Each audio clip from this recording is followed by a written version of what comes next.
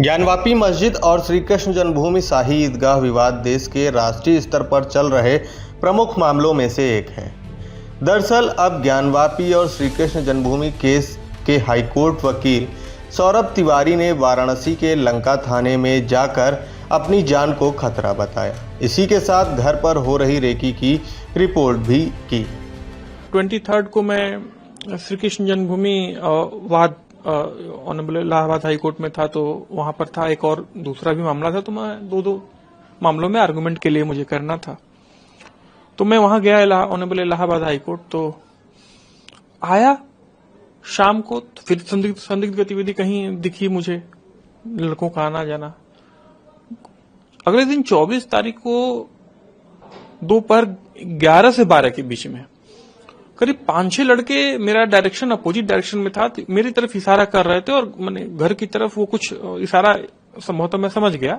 जैसे ही मैं मुड़ा तो उन सब का उंगली नीचे हो गया और वो सब बहुत तेजी से अपोजिट डायरेक्शन में चले गए। तो मैं थोड़ा सा अलर्ट हो गया कि ये सब चीजें इतने आसान नहीं। जाके मैं देखा स्पॉट पे कि वहां क्या दारू शराब पीते क्या स्थिति है। वहां मैं देख रहा हूं कि न एक भी दारू की बोतल है, न केन की बोतल है बियर की। वहां पे केवल राख दिखाई दे रहा है और चूल्हा नुमा सब बनाए हुए हैं। तो हम समझ गए। और एक कॉपी रखी हुई थी जो कि फटी हुई थी कई जगह से, बीच बीच में पेज फाड़ा गया। मैं समझ गया कि एक्स मैक्स का पूरा चक्कर है, हीरोइन वगैरह का। मैं तुरंत उस मामले में शाम तक मैं अलर्ट था। 7:06:55 पे मैं घर के बाहर, मेरी आदत है कि समय मिलता है तो मैं पशु पक्षियों पे बहुत ध्यान देता हूं। तो मैं पानी बाहर डाल रहा था, कई नंदी उंदी आके पानी पीते हैं, डॉग्स भी, चिड़िया भी। उसी समय एक लड़का आया, अचानक एक स्कूटी आई, मैं खड़ा था। वो मुझे जो गाली देना धुआंधार चालू किया और धमकी देना। ये तो गनीमत है कि सीसीटीवी में मेरे वॉइस रिकॉर्डिंग भी है, तो वो चीज भी आ गई है। बहुत सारी बातें तो नहीं आ पाई हैं, बट फिर भी आ गई है मैक्सिमम चीजें। लगा तो मैं बहुत भांपने लगा। मैं थोड़ा सा डर क्या कहेंगे उसको, सतर्कता कहेंगे। और डर जो है वो इनर डर तो रहता ही हर कोई किसी के लिए। वो बहुत धमकी देने लगा। हम सोचे कि ऐसा तो नहीं है कि ये सब ग्रुप में आए हैं और हमला करने के लिए। मैं तुरंत बाहर वहीं खड़ा था। मैं भापा 1-2 मिनट उसकी गतिविधि को। उसके बाद मुझसे रहा नहीं गया। मैंने कहा जो होगा देखेंगे। मैं दौड़ा लिया हूं, मैं भी इधर से पीछा किया। तब तक वो भाग जरूर गया, लेकिन उसके पहले धमकी वमकी पूरा एकदम गाली वाली जितना देना था सब कुछ तो साक्ष्य हैं सब चीजों के। उसके बाद मुझे लगा कि ये जिस बच्चे को, जिन लड़कों को मैं थाने में चौकी भिजवाया, वो आके इस कदर कर रहे हैं, तो उनके लिए कई कदम आगे बढ़ना भी मामूली बात नहीं है। बहुत मैंने छोटी बात उनके लिए नहीं है। मेरे कहने का मतलब है वो कुछ भी कर सकते हैं। FIR दर्ज हो गया अपने?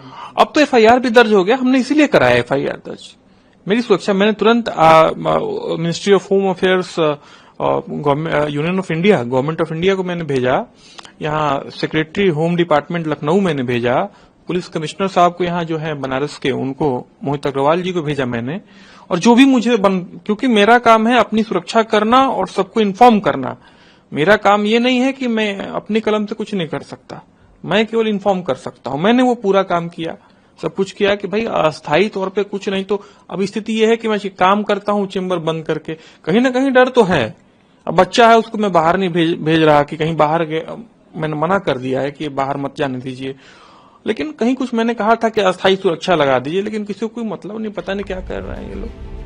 वहीं इन सब के बीच रेखा पाठक, जो उन 4 महिलाओं में से एक हैं जिन्होंने ज्ञानवापी में सर्वे की याचिका डाली थी, वह भी दहशत में है। आजकल रेखा पाठक का परिवार दहशत में है, क्योंकि उनके घर के बगल में ही पाकिस्तानी जासूस तुफैल कई सालों से डेरा जमाए था। तुफैल के पकड़े जाने के बाद रेखा का परिवार काफी दहशत में है।